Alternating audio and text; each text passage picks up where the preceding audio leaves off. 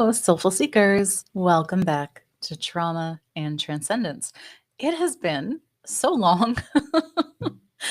Really, it has been so long since it's been just me and you. I want to say since like April. I am incredibly sorry. Life really caught up with me and had a whole bunch of just needs that took priority. And so you lost time with me, but I'm here to make up for that tonight. So, tonight, I was thinking, let's talk about the Akashic Records. We've had lots of wonderful guests on, and I've enjoyed everyone, but I've really missed this one on one time reflection with you where I'm talking about a topic and we're digging in. Tonight, I am live. If you've seen the link, then you're able to make it into the studio and you can post comments and ask questions and see what you'd like to learn about the Akashic Records. If you've had an experience about the Akashic Records that you'd like to share, you're welcome to pop in, write a comment, and do that too. I'll do my best to kind of keep track of everything and answer them. So, why the Akashic Records? When I began with the Akashic Records, I was introduced in a couple of different ways, and it kind of seemed like it culminated all at once. There was a lot of research happening, Akashic record readings, and I was taking several classes when I lived in Boston, and the records were being accessed and taught there too. Now, the records themselves are a very hard to explain concept. Now that I'm thinking about it. Um, so it is like all of consciousness, the collective unconscious, in the way that Carl Jung would have described it, is available through accessing the Akashic records. And that means everyone in humanity currently living, having lived previously, not currently living, and otherwise is connected in this realm. And there are several different ways to tap into the collective unconscious and the Akashic records. And depending on how you tap in and what your goals are, can mean very different things in terms of what you get for an outcome. So I like to use the records for my own personal soul work. I like to go in there for self healing. I like to connect with my guides, my angels. Occasionally, I like to do mediumship in there because it's an entirely different vibration. And you can do mediumship within the Akashic records. Now, just because someone is a medium doesn't mean they are doing mediumship in the records. There are some tips and tricks to the trade in there. So, a lot of people who are born mediums, very different, are not actively in and out into the records all the time, consciously or even knowingly or even unconsciously. But some are. So it's a weird little dynamic to think about. And it's a weird concept, but it's a real cool one in terms of what it helps us to have available in our own lives for healing, for self reflection, for coaching. So, when I teach the Akashic Records these days, typically we spend quite a few hours together. I like to teach the first segment of the Akashic Records in a workshop, and it's just a very open format kind of classroom where I guide everybody into meditation. They have their first experience with the records, and then I talk more about it and help them understand what they've just experienced from there and give some notes and a little bit of homework on how they can continue to do that work. And it's a topic that's never really ever fully done. I don't think there are enough classes. I don't think there are enough moments to really share the expansiveness of what the Akashic records really are and what all we can do in them. At least not for myself. I find every time I go in, I'm learning new things. I'm having different experiences. I'm having just more opportunities to see the different potentials and possibilities. So a lot of people think of the Akashic Records and they immediately think, oh, can I go to my past lives? And absolutely you can. But I'm going to say there's a caveat to that, and it comes with a degree of difficulty. It's not an easy thing to do. And so, for that reason, I actually don't go and visit my own past lives in the records. One, because I'm incredibly biased. I'm a hypnotherapist and I enjoy seeing other colleagues and hypnotherapists for their work and actually having a regression session versus just hopping into my Akashic records and doing it on my own because it's really, really tough to stay objective. And that is the biggest challenge. So, yes, you can go and visit your past lives in the Akashic records, but you might lose objectivity. You might not get to ask everything you want to ask or be guided in a way that would be helpful. What else can we do in the records? When I teach them in the workshop, typically I'm teaching it from the frame of self development. If we're going into the records, it's not for fortune telling. It's not because there is fate or destiny happening, or, okay, there's a caveat there too. Let me be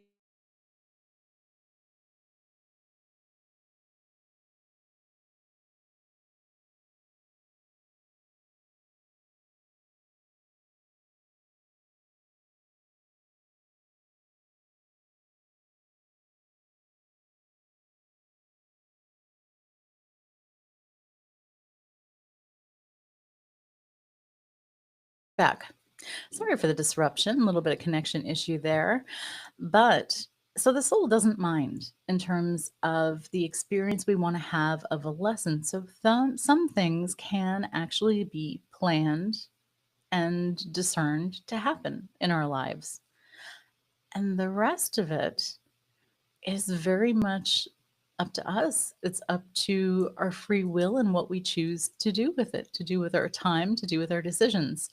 And so that's the part of the Akashic Records that I love is that we can go in and explore the potentials of different choices, of different options. We can see different perspectives and look at things in a way that we're not used to looking at them without so much of the ego and the personal bias that we would have in any other way. It's also an opportunity to go back and look at decisions we've already made to say, huh, that was interesting. Could I have gone a different way? And if I had, what might I have learned? And we can actually see differences through different times and choices and perspectives and things that would happen. And so I find that's really fascinating as well. So within the records, if there's anything I can impart about the records, it's that for me, it's living. It is a living record. It's eternal. It is expansive. I'm going to say infinite, infinite and eternal. And so, for that reason, I never really feel like I'm ever going to quite learn enough about them. And the best thing I can say about the records is yes, it's fun to get an Akashic Records reading, but the best work with the Akashic Records is when you dive in and you start doing your own work within the records and you start to explore the different potentials and possibilities there. And it's a wonderful way to go in for self growth, to look at manifesting, to do a little bit of healing work if you feel like you've had any energy kind of stuck on you that's not yours. It's a wonderful way to explore where that energy came from and to have support with your guides to begin to detach and remove it. So, when I got started with the records, it really took a long time for me to actually begin to use them and have them become part of my daily life. And I almost lament that because now that I have used them so much, I've learned so much, I enjoy it so much. I can't imagine why I waited so long, but I suppose everything in its time. And I think that can often be the case. Sometimes we get tools before we're really ready to actually harness and use them. And I think the Akashic Records can very much be one of those things the same. And it can be nuanced, accessing the records. It's kind of mystical, and oftentimes directions on how to do it are really unclear. And sometimes we get too attached to having somebody guide us rather than working at it and experiencing it on our own, or having enough validation of, am I doing this right? And finding out that actually you are. So, you will have actually an opportunity coming up if you are local to Northeast Ohio. I will be reading at Elizabeth Howell's Fair on October 19th, which is a Sunday. I'll be doing Akashic Records readings in person.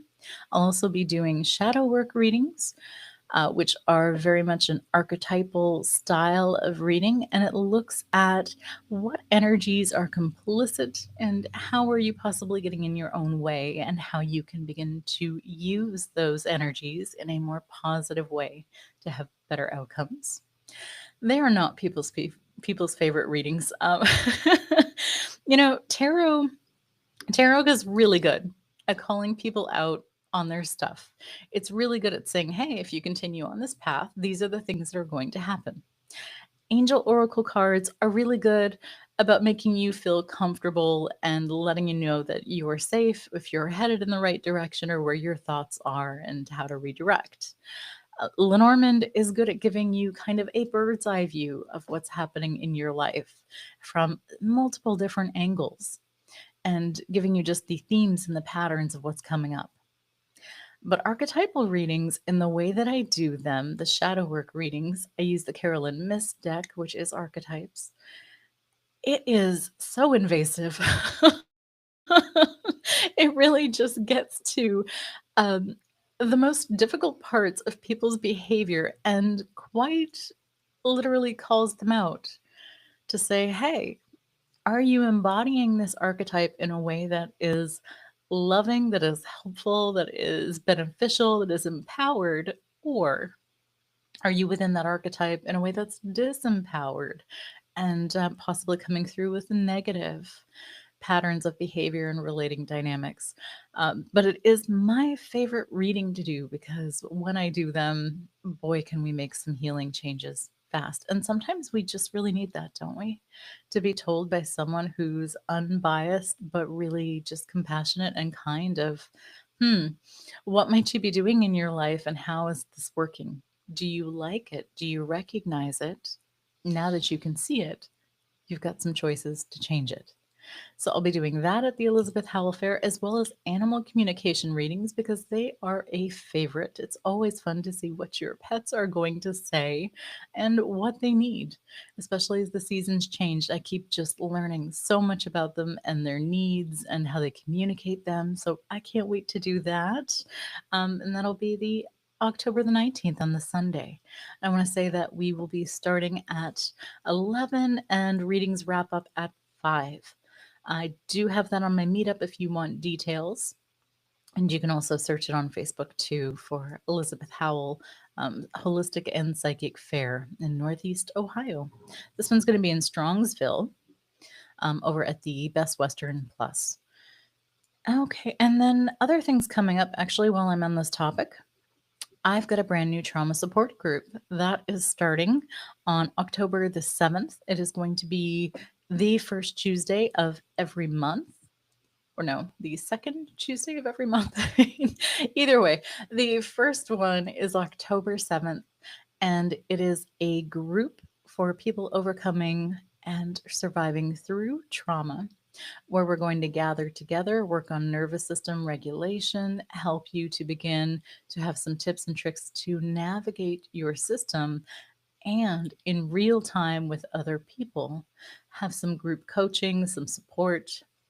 I'll bring in some breath work, some guided imagery, and possibly some meditation. So it's a nice way for you to feel supported, to know you're not alone, and to be in a group with other people. And that's going to be monthly for free, and that's also on my meetup. So if you feel called to it, I would love to have you, and we will be moving from surviving to thriving together. All right, coming back to the Akashic Records, some of the things I wanted to cover tonight. So There's just so much, it's so vast. You can actually go into the Akashic records and ask questions at the level of depth that you like. If you're someone who's not very deep or doesn't really spend a whole lot of time of reflecting on like the quality of the soul or why you incarnated or what some of the lessons you're learning are, that's perfectly okay. You can still get really good guidance and insight, have a chance to reflect and learn things. And if you are, then even better, because then there's so much more to learn. And then you have access. So, kind of like past life regression, you could also go to the space between lives, the Michael Newton method, the Alan Chips method of life between lives. And you could do that from within your Akashic records to learn, hey, why am I here? What is my purpose in this life? Why did I choose the family, the body, the characteristics that are me versus other things? And to know where you're in full alignment living that purpose, and where do you sometimes get distracted or carried off? And what is that about? So it can make for a really rich and detailed experience. Now, you can do really elaborate Akashic record readings, but I'm going to say my favorite ones are usually the shorter ones. Sometimes just 5 to 10 minutes is plenty. I can go in and just learn so much in that brief amount of time of, okay, where has my energy been? Is my energy system in a way that feels good, that is moving naturally? Or did I get caught up in trauma? Did I shift my typical baseline because of what was happening around me at the time? And have some insights there and learn how to bring it all back in and integrate once more. And we can learn a lot about our relationships, about how we're in relationship with other people. Oftentimes, I'm on the Galactic Akashic Records. If you're familiar with Debbie Solaris, I took her training, which was a really wonderful training. She talks all about star seeds and soul contracts and all of the just the different galactic races that there are. And many of us are starseeds at this time, and we have some of that influence. And so there may be things about yourself that you've never fully understood. You don't know where that comes from, but you've possibly always just been that way. Some of those things explain that very nature that you have. And so I went ahead and took her training a couple of years ago now for Galactic Akashic Records. And it's interesting because when I do that, we can really learn a lot about a person's um, their mindset, their personality, their purpose, the way that the character is, their gifts, their abilities, the things they're not good at, as well as who they'd be best in relationship with. And sometimes because I'm on her list as being a graduate, sometimes people kind of come through and want to get a reading from me, and they're asking questions about things like twin flames. Oh boy. um, Twin flames is another topic that, I may just have to bring in a guest for someone who is an old friend of mine who actually wrote a book about it and has had quite the tale to tell about the twin flame experience. The twin flame thing is that there is a segment of the population that believes that their soul is divided and that the soul can be in multiple bodies at once. And that comes from Life Between Lives and the Michael Newton research, as well as other places too. But a twin flame is someone who is supposed to share your soul, but be in a different body. And usually the energies will balance each other, excuse me, in terms of male, female, and the characteristics and things like that. And now, when I say male, female, I'm talking about energy. It doesn't actually have to be the body itself. And boy, those relationships can be chaotic. I've seen many a dumpster fire of people who are twin flames. And the reason that is because they are meant to be catalysts for each other. They are meant to experience each other, to learn, to grow, and to possibly manifest really great abilities at the soul level. And so it's fascinating because that kind of seeps into the Akashic Records work that I do, and that someone is always asking, have I met my twin flame? Where are they? And something unexpected happened. And as you can tell, I'm not a huge fan of the twin flame conversation. I'm not a fan because I find it a bit disempowering to say, oh, as if I'm not a complete person. There has to be my other half out there. And I think that's very much a myth as far as like twin flames goes. You're not necessarily meant to be with that twin flame. Not all twin flames end up together. Some cannot. They are simply too toxic together. They're too chaotic. Others have succeeded and are with their twin flame and have a wonderful relationship after having done a lot of work at the soul level, both of them. But the thing I don't like about it is to say that when a soul is here that it's incomplete. No. Absolutely not. I feel very complete as a person. Do I love my spouse? Yes. Would I say he's my twin flame? No. No, I don't think so. Soulmate? Absolutely. And I think to have that concept, a lot of people go into the romantic aspect of it, and then they kind of leave themselves in a space of disempowerment, like somehow they're not enough or they're lacking or missing. And that's just not it at all. We're not here for that purpose most of the time. I'll have to ask my friend Leslie if she'd be willing to come on and talk and do a segment about twin flames. But the interesting thing that happened was someone had asked me at one point where their twin flame was. And honestly, I had never even thought to go into the records and to look. And I said, well, interesting. Let's try it and see what happens. And wildly enough, I could actually locate this person's twin flame, and there is an energetic component to it. I could feel that that wasn't just a soulmate. It was different, even though I don't agree with everything of it, or at least I don't agree with the perception of it most of the time, the common perception. So it's really interesting for me to not only be reading for someone, but then to be reading for someone and find out, oh, they do actually have this part of the soul and part of the lessons. And what was fascinating is when I do my readings, oftentimes I haven't met the person that I'm reading for. The majority of the times, I check in, I receive an email, they let me know what questions they have. I go ahead and go into meditation on my own and I record my findings. And then I send it. And then usually they come back to me and say, hey, this really resonated, or that made sense, or I'm confused about this part. And we have a bit of a dialogue about it. And that's how I tend to prefer to do my stuff. Now, on the 19th, when I'm at the fair, we'll be face to face. You're welcome to ask any questions you like, as I'll be doing it right there on the spot. And I'll be able to clarify things for you. But when I do them that way, it's already done. And so I have no idea the level of accuracy that I have until people come back and tell me. And so this reading was very profound because not only did I locate the person's twin flame, I was able to explain uh, who they were in this incarnation, what they looked like, their nationality, their religion,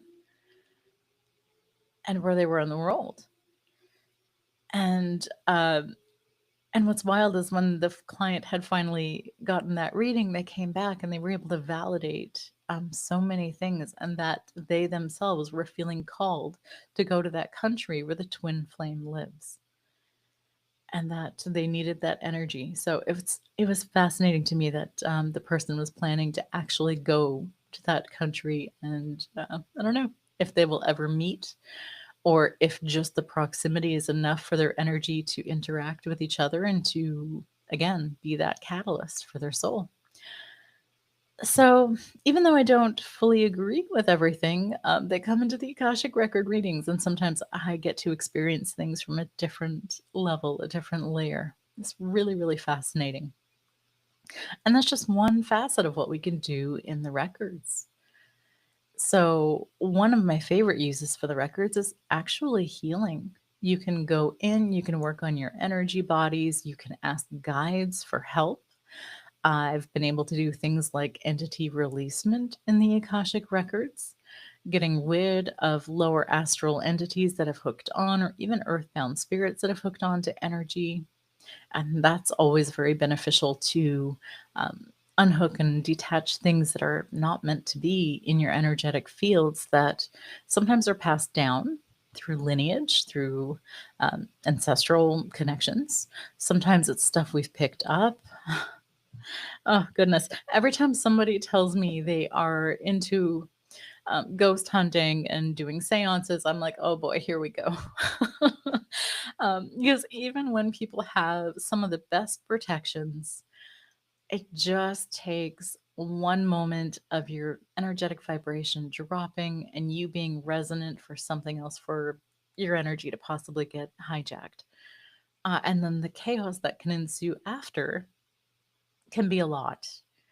Right. Even if you practiced immaculate psychic hygiene, which you can learn in the records, you might still have a moment one day where trauma happens and then your vibration dips and it makes you susceptible to possible entities that are around.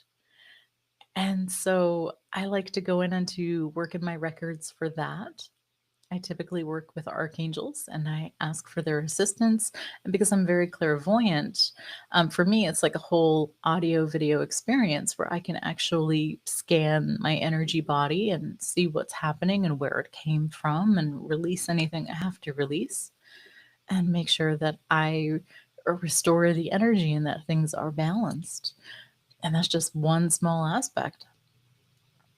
I can heal things within the records on all levels. So, mental, emotional, energetic, spiritual, physical. I've had some really great experiences with that too. And we all can. It's something that is available to everyone, but it does take a little bit of practice. It does take, I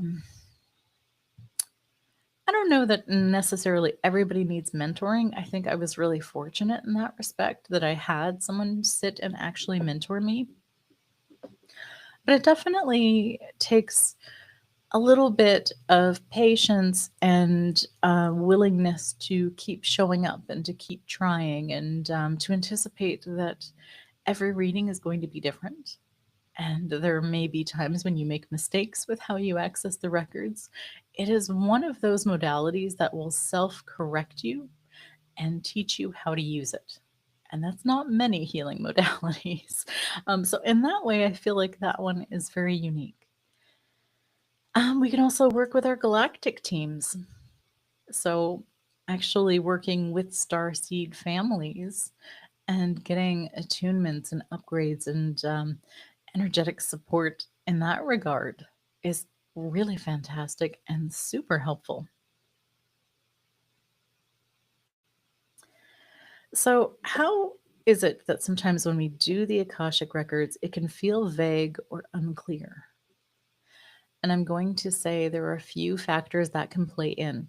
When you're working in the Akashic records, you really want to have a good, clear intention and a goal. Ideally, you only want to go in for one thing at a time. Now, when I say one thing at a time, that doesn't mean that you can't ask multiple questions. You certainly can, but you don't want to be jumping all over. Typically, when I'm doing a reading for clients, I don't take more than 3 questions at a time, unless it's really going to be an extended reading. And in that case, I'd rather, frankly, just put them into hypnotherapy, into a theta state, and guide them to their own records because then they can learn to practice on their own. And it becomes a tool that they use rather than just something I'm doing to them. And so, from that frame, It can be that they've maybe taken on too much at once. They're asking too many questions, or their intention is unclear. When we're working in the records, we need to hold a high enough vibration to be able to reach into that plane. Now, I've read and I've learned from several different places that the Akashic records can be accessed from different astral planes, from different points. And so, if you're going through a phase in your life, say you're a regular Akashic reader and you're used to going into the records, and you're used to, maybe you're an artist and you love to go in, open your records, and then you allow it to inspire you, and then you come back to daily life, and then you use that inspiration to make incredible art. Say you're going through a phase of grief or loss. Grief or loss have a big impact on your vibration. They have a big impact on your emotional regulation, on your nervous system, on the body. And so the next time they go to get into the records at that lower vibratory rate, it doesn't mean you can't get in, but it means you're probably going to have a different quality of the Akashic records available to you. Now, as I teach my students, you can access the records just to go in and to receive healing and to enhance and raise your vibration. That's always an option. And it's a really great one. If someone is really struggling energetically, it can be helpful to open the records as they're sleeping or just before they're falling asleep. Leave them open until the morning. And in the morning, properly close them down. Otherwise, you're going to have a bit of a challenging day. The days when I wake up and I forget to close my records, those are the days that I stub my toe and I walk into walls and I'm not fully present in my body, and it's not ideal. So, but the days we do that, you can actually raise vibration and get additional support from your guides, your ancestors, your loved ones in spirit.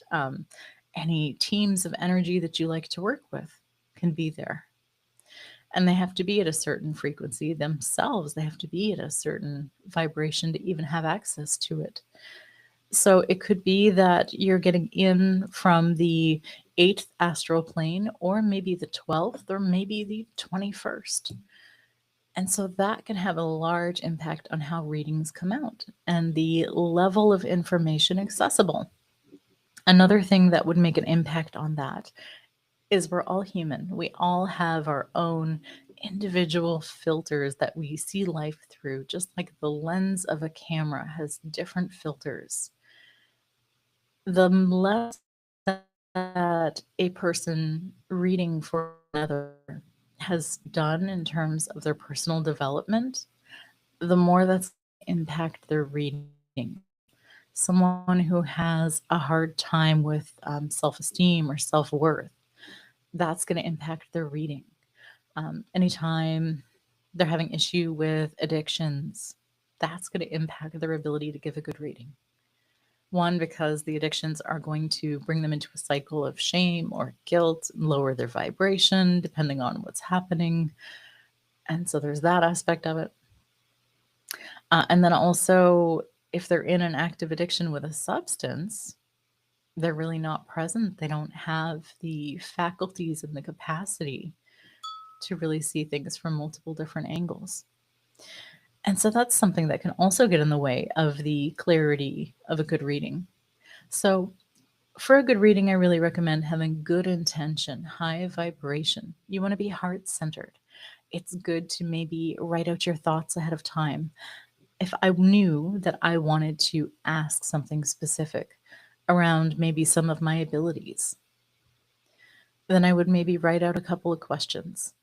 With the records, because they're infinite and eternal, we're not really going to ask questions about when.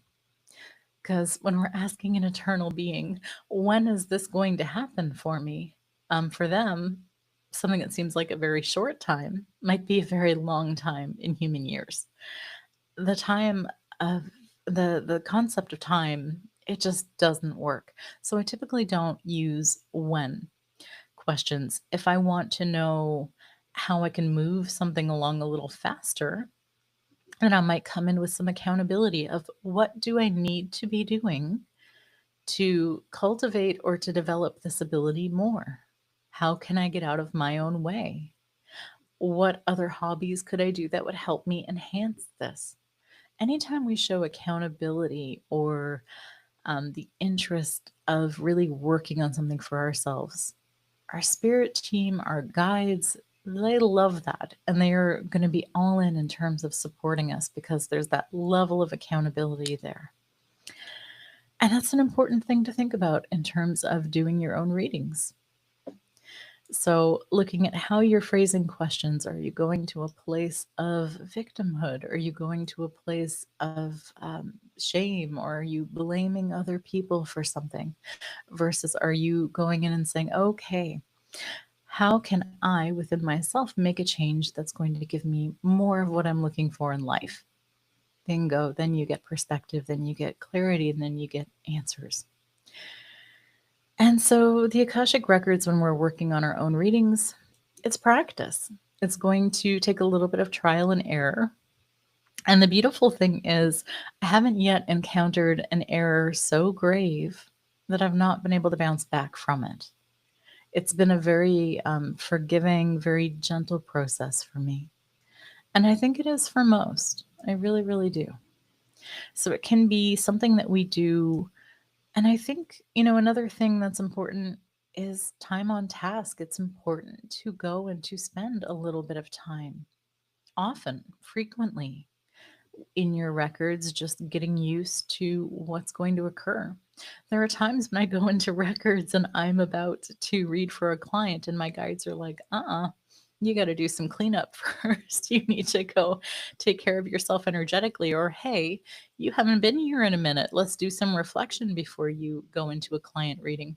And so that's the fun thing, is there are elements of surprise that show up when you're working with your teams, your guides, if it's your galactic teams, your archangels, or your ancestors.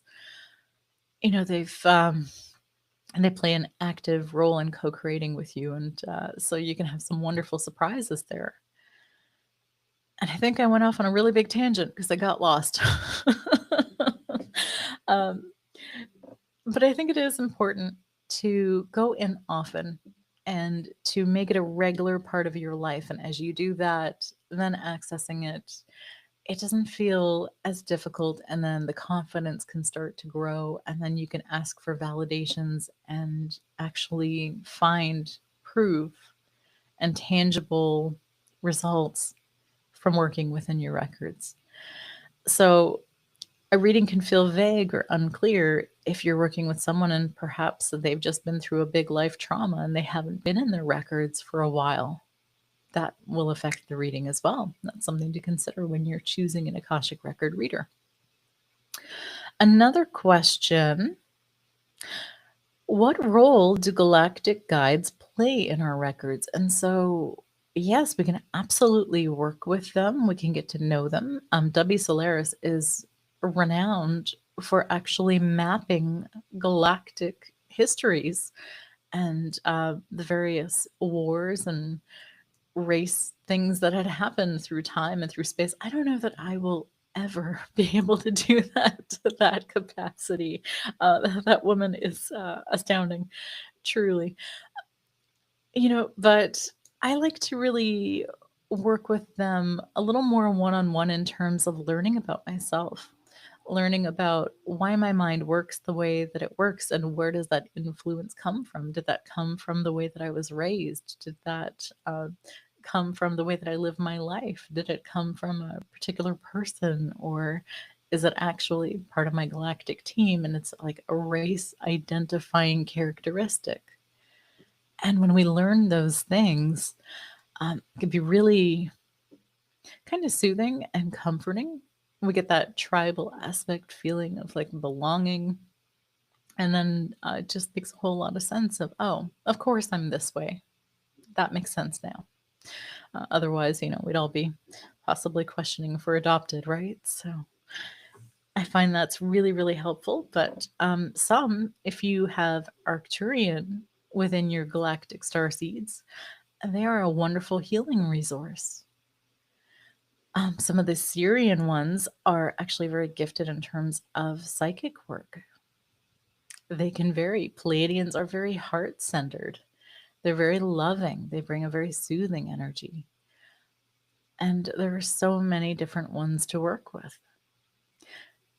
I have had the gift of seeing how some other people work in their records with the galactic teams.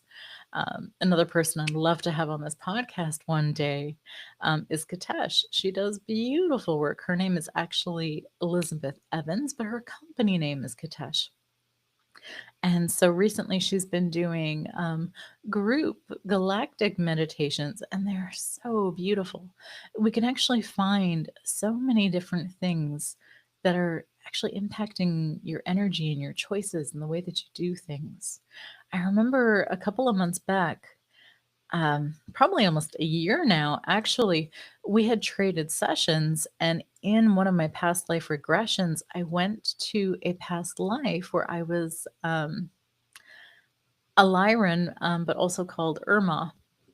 And I could see how within those lives, it was very fascinating because I had multiple incarnations as these tall cat beings that are very psychic, very intuitive, um, really good healers, just astounding beings. And they had histories of the Lyran and reptilian wars. And in one of my past lives, I actually got to experience one of those wars because I was there and I saw like and it was so weird because I was having a weird moment of grief in my life and I couldn't pinpoint what I was grieving because life seemed to be going pretty good, frankly. Um, I didn't feel like there was anything I was grieving from this incarnation. But then through doing the past life regression session with her, what I found was, oh, there's this grief from that Lyran reptilian war that was kind of bleeding through this experience that I'm living now. We really are quantum beings in that we can have so many things impacting us at different times, and they can be things that get in our way, or it can actually be things that we alchemize and become an incredible power for us, an ability, a natural knowing, a gift. And so that's why I love to do this work. And so it was just profound for me of wow, here I've been carrying this grief, not quite sure where it is coming from or what it's all about. And it turns out that's what it was. It was from a past life as a Lyran. Um, so that was such just a profound experience. And then, of course, having the past life regression portion of it done, then I start to actually really process the grief and then it alleviated. It was just gone. And I got to move on and do other things. And since then, God, a lot has changed. Um, actually, I want to say it wasn't long after. Just so many things started to take place in my life in terms of manifesting and really coming into my own as a holistic practitioner. So that's been wonderful. I have so many big updates for you guys that I'm just holding my tongue on because I'm still getting a lot of things into place. But boy, I can't wait to unroll all of these things that I've got coming up. And I want to say that a lot of it is because I did that work. It's with working with my own Akashic records almost on a daily basis, at least for 5 to 10 minutes in the morning as I'm waking up. And then if I'm doing client readings or if I'm guiding someone, sometimes I'm still getting some intuitive self work in those moments too. I'm learning things from your guys' sessions, which is incredible. Um, but I really feel like that work just has had a more profound, big impact on me. And so the more of it I do, the more I'm finding like I'm just evolving as a person in so many ways. And it's really cool. To the point where I look back just in a year and it's like, whoa, I feel like I've lived 5 different lives. Like so many things have changed.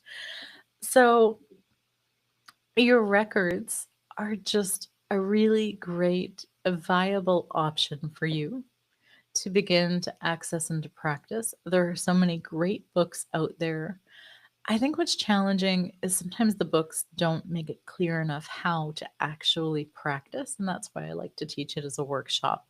I will have some more workshops coming, but I think I'd like to change the way that I do them. And I think I'm going to break them up into smaller segments, possibly have groups that come along and have like maybe a monthly practice group or something like that, or maybe do a segment of Akashic Records, but have it be once a week for like 6 to 8 weeks so that you guys are getting regular practice and then you're having little mini assignments to take home and to work on and to practice with and to learn. And I really feel like the best training is really when you're diving in, you're doing your own work. But then that would also allow us time for me to guide you in a couple of times for you to get comfortable with the process and begin to make your own kind of routines and ways, little rituals for getting yourself into that state and that space.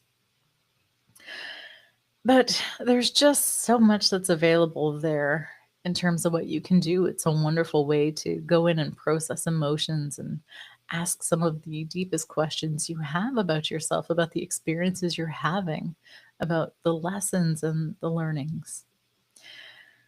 Hmm. So, what else would I like to say about the records today? I don't see any questions at the moment, so I'm just going to continue sharing with whatever's intuitively coming up for me. Some of the things that block a good Akashic record access, I'm going to say, is definitely vibration, it's definitely intention. You can't misuse the records and try to obtain information that is not yours to be had. Yes, we have free will, but there are still universal laws in place. And so you can't just randomly go in without someone else's permission and spy on their life, right? So that'll, one thing, definitely lower your vibration, because if you're doing that, you're probably in a place of fear or insecurity or have something that you need to resolve. And when we go into any kind of psychic work from that place, that's where trickster energies often take place. And you're going to end up getting information that is not helpful, workable, or valid. So that's something to consider. Another thing I think is learning to work with the nervous system is just so important. And I this to my students all the time. If you're healing a wound on the body or you've got some kind of disease or illness, and if it's taking a lot of the body's resources, your nervous system, your brain, your body is just going to say no. It is not priority for you to go on a spiritual journey while you're actively healing something. Well, the body needs those resources to overcome something. So, a lot of people have concerns at different points as they're going through life. You know, things happen. People have different experiences. They get sick, they get wounded, they have to heal, they have surgery, things like that.